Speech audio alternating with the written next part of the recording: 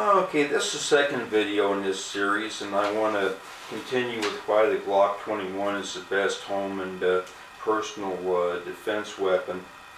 Okay, right at the top of the list, it's a 45 caliber pistol, which is my first choice of a handgun caliber. 45 is just hard to beat. I think they're right at the top of the list, so that's my first choice. Okay, the second reason I think this is the best weapon out there for personal and home defense is the cost of it. This one was about $600. Now, you can spend anything, absolutely anything you want to spend for a semi-automatic 45 caliber handgun, and I guarantee you it won't work any better than this one. This is well priced. It's a good value for the money. It's you just can't beat it. So that's the second reason. Okay, the third reason is this weapon is real simple and real easy to use in a stress situation. You just pick it up and you press the trigger and it goes bang, assuming you keep it in a combat ready condition, which anybody who's had training and keeps a weapon for self-defense would do.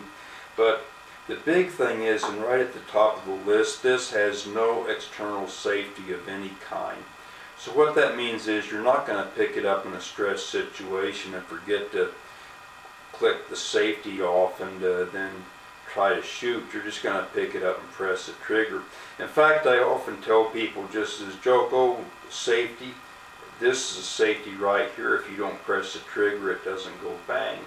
So that's the third and that's the best reason that I like the Glock.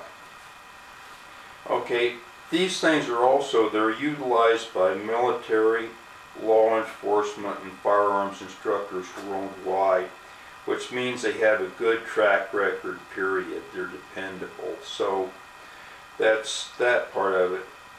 Now, the last thing I want to discuss here is the most important reason that I prefer the Glock over anything else, and that's the trigger press. The Glock has a single action trigger presses versus a double action trigger press of revolvers or anything else. In fact, I'll demonstrate it with these.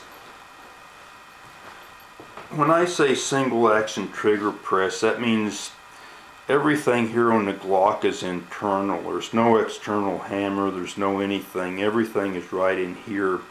And it's always, in a sense, it's always cocked and it's always ready to shoot.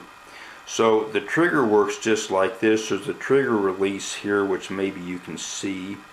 You release the trigger, it goes back a certain amount. There's a certain amount of slack here that it goes back, and then you just build up pressure and it releases.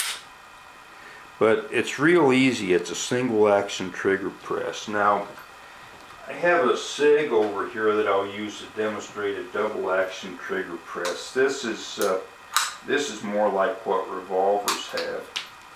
Now, as you can see, this does have an external hammer on it. So that means unless you pull a hammer back like that, the first shot is always going to be double action. So that means the first shot, the trigger is going to pull like that, which is much more difficult. Now the subsequent shots are going to be single action because the slide will cycle and that'll cock the hammer, but the first one is always double action. And that's similar, that's exactly what revolvers have, only they're all double action unless you pull a hammer back. But here's the other thing, in a stress combat situation, are you going to remember to pull a hammer back like that and shoot it? I think not. So you've got that versus a nice easy single action pull, and that's why I don't like double action trigger pulls. Now, there's one more thing I want to talk about regarding double action trigger pulls, and then I'll get ready for the next video. Now, I don't know how many people saw the movie Pulp Fiction or not, but there's this scene where John Travolta and Samuel Jackson are shooting this guy, and some guy jumps out of the kitchen and points a hand cannon at him from about 5 feet away and empties it, and all 6 shots go around him and totally miss, and they consider it a miracle that he missed because he was only like 5 feet away. But with double action trigger pulls, that's fairly common. I mean, that happens all the time. In fact, people miss with handguns in what should be easy shot situations more often than you would think possible. And it's just because, you know, they're utilizing double action trigger pulls versus a Glock trigger pull here.